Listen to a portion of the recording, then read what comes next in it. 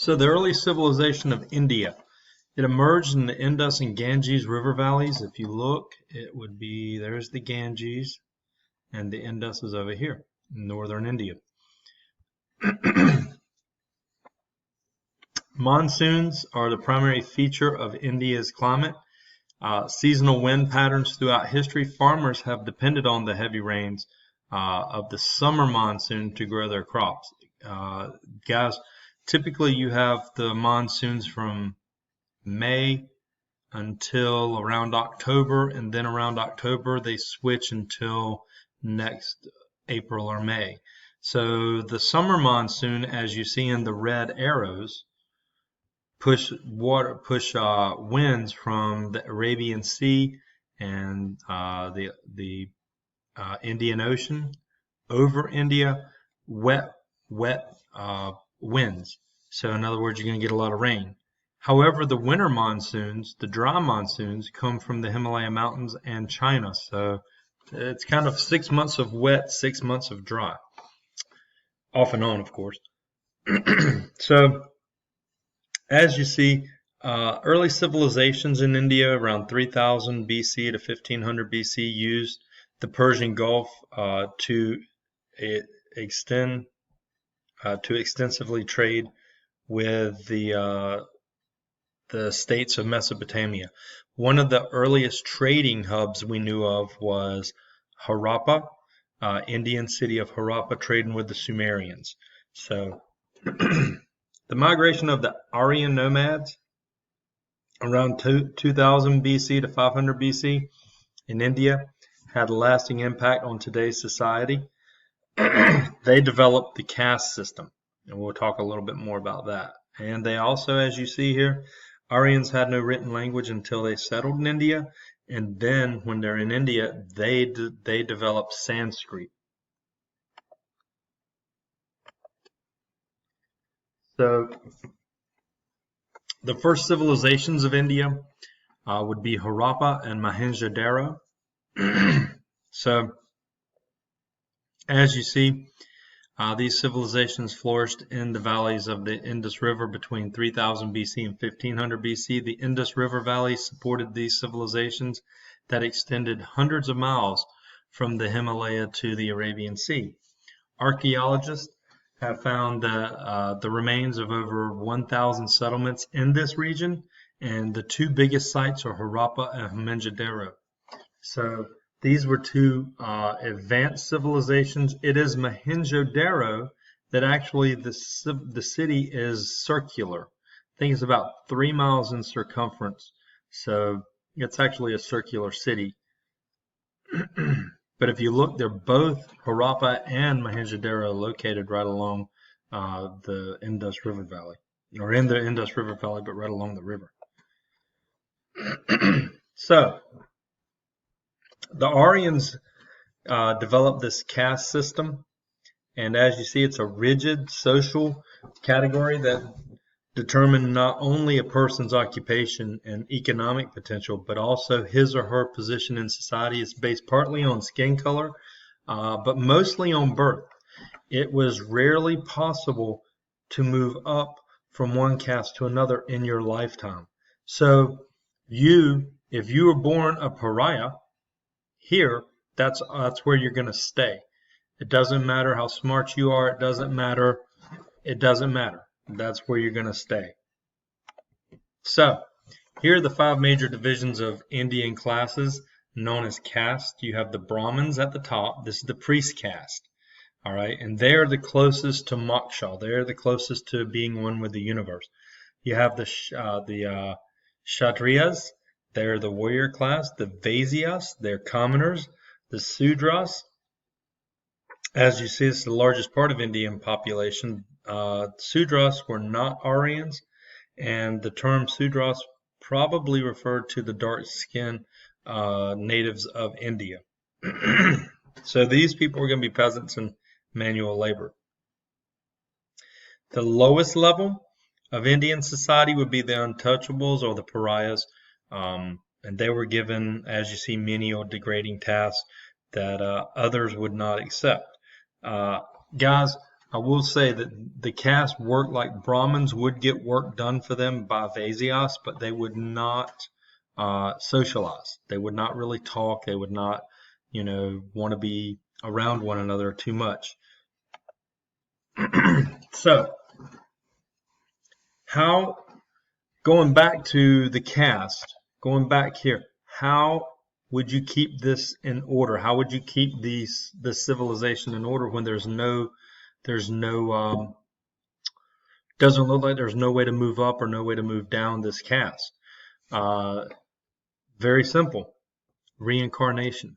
It's the promise of if you live a good life, this life, in the next life, you could move up to the next caste. Or likewise, if you do bad things in this lifetime, you'll move down. And if you're an untouchable, you say, well, how much lower can you go? You can become an ant. You can become a cockroach. You can become something undesirable in the animal form. So this is how the reincarnation is going to play a big part in keeping these different castes together, keeping them behaving, keeping them following the rules. So, Hinduism and Buddhism. Hinduism had its origins in the religious belief of the Aryan people, and is based on dharma, or a code of life. They believe in reincarnation, yoga, karma. Karma would be everything you do in this lifetime. It will affect you in the next lifetime. It's kind of like what you hear today, what comes around goes around, or if you wait long enough, you'll see it. Because sometimes you can watch karma happen, in a few days, a few years. So, as you see, Buddhism appears in the 500s BC in northern India, and it soon became a rival of Hinduism. Its founder was Siddhartha Gautama. This is going to be the enlightened one, known as Buddha. Buddha means the enlightened one. And he had an interesting story himself, because he grew up in a Brahmin caste, and he had never really walked outside of his home, his compound. So one day he walks outside and he sees a poor man, a dead man, and a crippled man, I believe. And so he starts to figure out that life might have some suffering in it, because he had grown up behind the walls of his palace, of his family's compound, and his wife was chosen for him and all that good stuff. Well, what ends up happening is he ends up leaving his wife and his kid forever, and he travels the countryside. He travels all over northern India trying to find out what the meaning of life is. He asked, Hindu scholars, all of this stuff. And the story is he sat under a tree for 40-something days, and he arose. He didn't eat or didn't do anything, but he arose and he became Buddha, the enlightened one, and he had this message. So Buddha believed that suffering is the cause, or is caused by our attachment to material things in this world. He introduced the Four Noble Truths. Both religions have a common belief in reincarnation, and the importance of cows in the Hindu culture is shown here. They're important to this day. So here are the Four Noble Truths and the Eightfold Path. Life is full of suffering. The suffering is caused by our desire to satisfy ourselves with material goods, things like that. The way to end suffering is to end the desire for selfish goals and to see others as extensions of ourselves. In other words, kind of in the Christian religion, do unto others as they do unto you, the golden rule. The way to end this desire is to follow the middle path, and the Eightfold Path, or the middle path, are these 8 things. You got to have the right views of these things. The right view, we need to know the Four Noble Truths. Right intention, we need to decide we need to decide what we really want.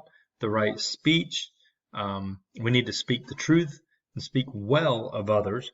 The right actions, Buddha gave 5 precepts, and basically, don't kill. You do not kill. You do not steal. You do not lie. You do not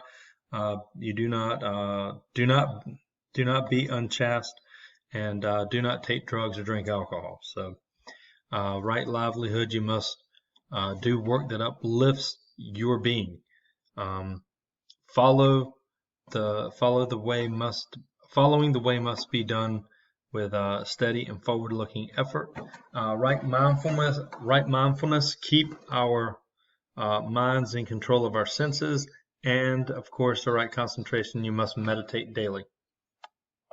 So, quickly, the Mauryan dynasty. You need to know who Chandragupta is. He unifies India from 324 BC to around 301 BC in the Ganges River. You need to know it's a centralized government. The big thing is he had a grandson. His grandson is Asoka. Asoka is known as the greatest Indian leader in history. All right, he's generally considered the greatest ruler. That's what the picture's covering up there. The greatest ruler in history.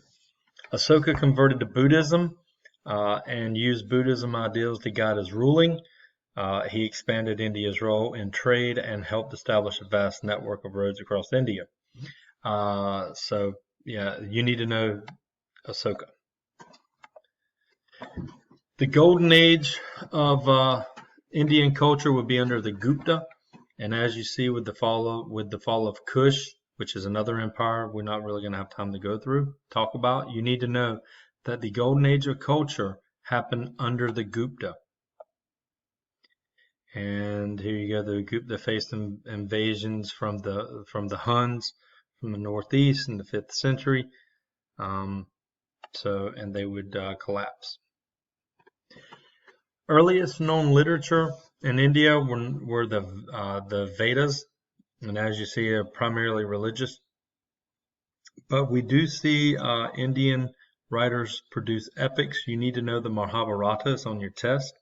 And in the Mahabharata, it contained a section of the Bhagavad Gita, which was a sermon by God, Krishna, on the eve of major battle. This is one of the most famous pieces of Indian literature. So Indian culture and innovation, what we need to know here is basically they had a keen interest in astronomy.